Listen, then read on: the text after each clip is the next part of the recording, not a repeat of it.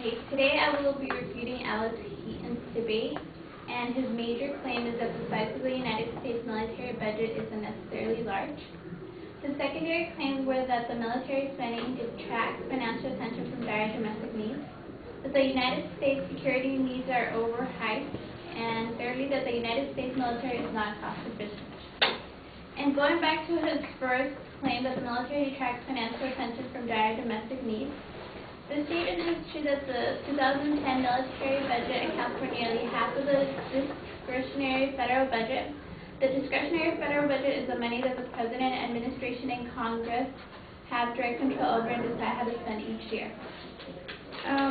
The advocate stated that every other department receives only a tiny fraction of what the Department of Defense receives, which has always been true as stated in the chart by Global Issues. In 2003, the amount received for the Department of Defense was 51.6%, and in 2009 it was 54%, which also shows that it has not drastically changed. But he gives no evidence about this. He also says that many domestic problems such as debt, unemployment, and education budget cuts continue to grow. And I don't agree with this statement because according to the Global Issue, even through the discretionary budget has grown, the money that the other departments are receiving is also increased. An example of this is education. In 2003, they received $52 billion, and in 2009, they received $61.9 billion, which shows that the money is increasing. Another example from Global Issues is health. In 2003, the amount of money that they received was $49 billion, and in 2009 they received $52.7 billion, which again shows that it's increasing. His secondary claim was that the United States security needs are overhyped. He stated that the large military budget actually decreases national security. To me, this doesn't seem true. The U.S. does spend a lot of money in the military, but they have to in order to support the 700 to 800 military bases worldwide, according to Professor Jules DeFore of Global Research. These bases are installed in order to protect the U.S. nationally and internationally. Also, according to Congressman C.A. Dutch Rupersberg, we need $27.4 million to protect our country at home and on the front lines, which was also included in the $636 billion defense appropriation bill that passed the House of Representatives December 16, 2009. Rupersberg also stated, meanwhile, our men and women in uniform are saving lives on the front lines in Iraq and Afghanistan.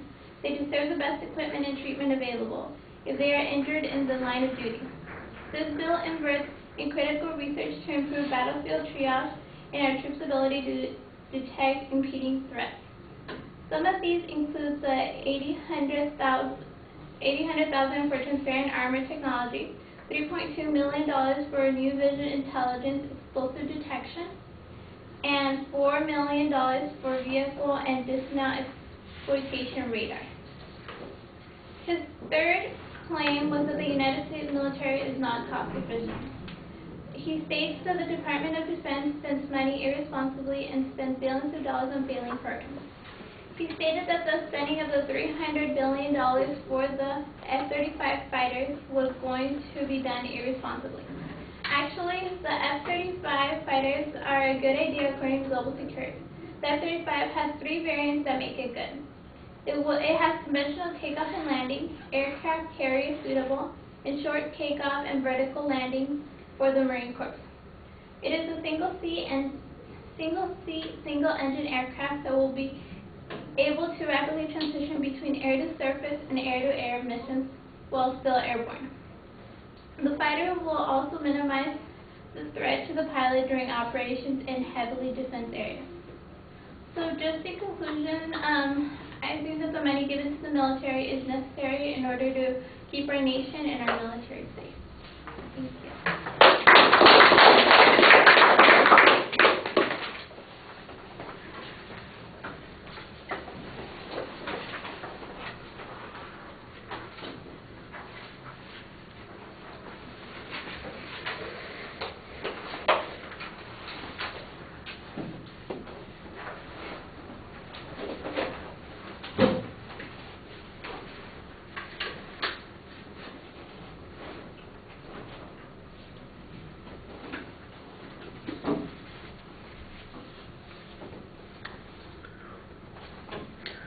right, you did a good job labeling the main and secondary claims. You signposted as you got to each of them, so I thought that was pretty good. You had some good data on the amount of money that was spent on the defense budget. The 3% difference between 2001 and 2009, you basically are trying to minimize that being particularly significant. I guess that's a reasonable argument or inference to draw there, particularly since there have been 2 wars fought in that time. So, you know, we've only had a 3% increase in our defense spending, despite the fact that we've had 2 wars. I think that's the way you want to put it in that context. So yes, we're spending a lot of money, but we're careful about spending the money. I think that would support your argument down on the 3rd point a little bit more too.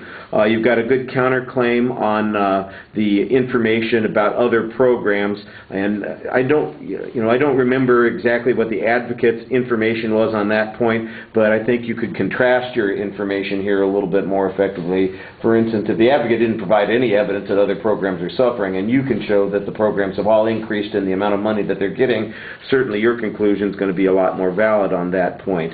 On the 2nd point, you're basically talking about justifications for spending on these issues, and they're okay. I don't think you get particularly detailed in what the military requirements are, but you do talk about, for instance, the need for protecting our soldiers, for giving them medical necessity, and some of the specialized programs that you mentioned, you know, bomb detection and those kinds of things. I guess that's also for protecting the soldiers. And I think if you put it in that context, that gives, you know, we're not really having a value argument here, although the advocate seems to be implying that the spending there is somehow problematic. You're saying the consequence of this spending is that it's really designed to be saving lives. On the 3rd point, I thought that you did an okay job defending the one particular program that the advocate talked about. I won't give you too hard a time about it because apparently the President has a hard time with the pronunciation also. Marine Corps is a dead soldier. It's the Marine Corps. All right? And I heard the President say the same thing over the weekend. Did you guys hear about that? Oh, it was,